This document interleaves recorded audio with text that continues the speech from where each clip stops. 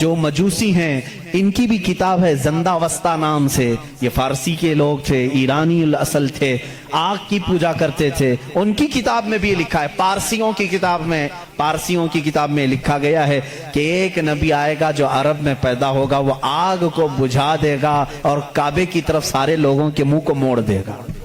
اس نے کہا اس وقت تک لوگوں کا قبلہ کعبہ نہیں تھا, بیت المقدس کی طرف منہ کر کے پڑھتے تھے. زندہ وسطہ کتاب یہ پارسیوں کی کتاب ہے جس میں یہ زردشتی مذہب کو مانتے ہیں. وہ اس میں بشارت دی گئی ہے ایک نبی آئے گا, عرب میں پیدا ہوگا, آگ کو بجھا دے گا اور سارے لوگوں کا منہ کعبے کی طرف پھیر دے گا. مجھے بتاؤ کعبے کی طرف کسی اور نبی نے نہیں پھیرا بلکہ مصطفیٰ کریم صلی اللہ تعالی علیہ وسلم جب مدینہ طیبہ تشریف لائے اس وقت بھی لوگوں کا قبلہ بیت المقدس تھا. بیت المقدس قبلہ تھا. حضور صلی اللہ علیہ وسلم 17 مہینے تک بیت المقدس کی طرف منہ کر کے نماز پڑھاتے رہے. مدینہ طیبہ میں ایک علاقہ ہے آج بھی, وہاں جہاں آج مسجد قبلتین بنی ہوئی ہے, وہاں میرے آقا صلی اللہ علیہ وسلم ظہر کی نماز پڑھا رہے تھے. 2 رکعت ہو چکی تھی. بیت المقدس اس طرف ہے, خانہ کعبہ اس طرف ہے, دونوں اپوزٹ سائیڈ میں ہیں.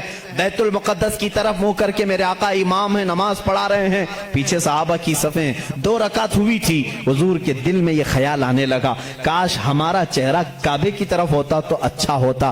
بیت المقدس بھی افضل ہے لیکن کعبہ وہ ہے جہاں میرے آقا کی ولادت ہوئی ہے. میرے آقا کا آبائی وطن. حضور کعبے سے نہایت محبت کرتے تھے. اگر ہمارا قبلہ, ہمارے چہرے کا رخ اس طرف ہوتا تو زیادہ اچھا ہوتا.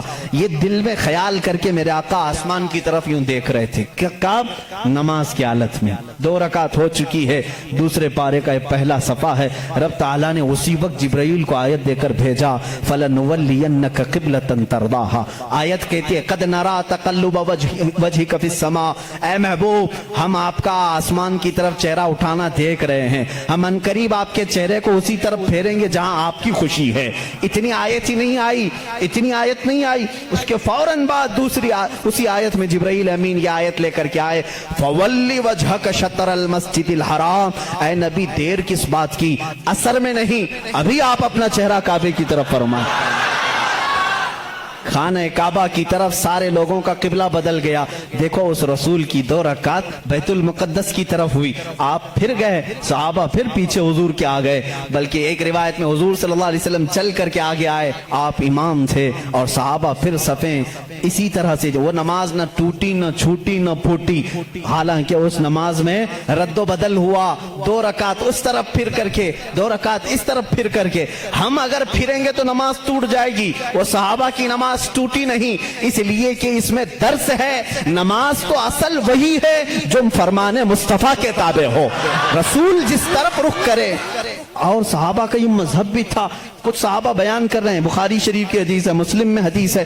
ایک صحابی سے پوچھا گیا حضور اکرم صلی اللہ تعالی علیہ وسلم ظہر اور عصر کی نماز میں کچھ پڑھتے تھے کہ نہیں پڑھتے تھے؟ سری نماز ہے نا, قرات تو نہیں ہوتی تھی, لیکن حضور امام ہوتے وہ خود بھی خاموش کھڑے ہوتے یا پڑھتے تھے؟ یہ بڑا عجیب سوال ہے نا. اب ظہر کی نماز میں حضور کچھ پڑھتے بھی تھے کہ نہیں پڑھتے تھے؟ سب امام خاموش رہتے ہیں, لیکن آپ نے کبھی پوچھا امام صاحب آپ خاموش تو ہیں, سیدھے منہ بند کر کے کھڑے رہتے ہیں یا کچھ آپ ہلکے ہلکے میں پڑھتے ہیں؟ صحابہ سے کسی نے پوچھا, کچھ صحابہ نے کہا نہیں حضور پڑھتے ہیں. سنائی تو کسی کو نہیں دیتا تھا. اس صحابی سے پوچھا گیا کیسے معلوم حضور نماز میں پڑھتے ہیں؟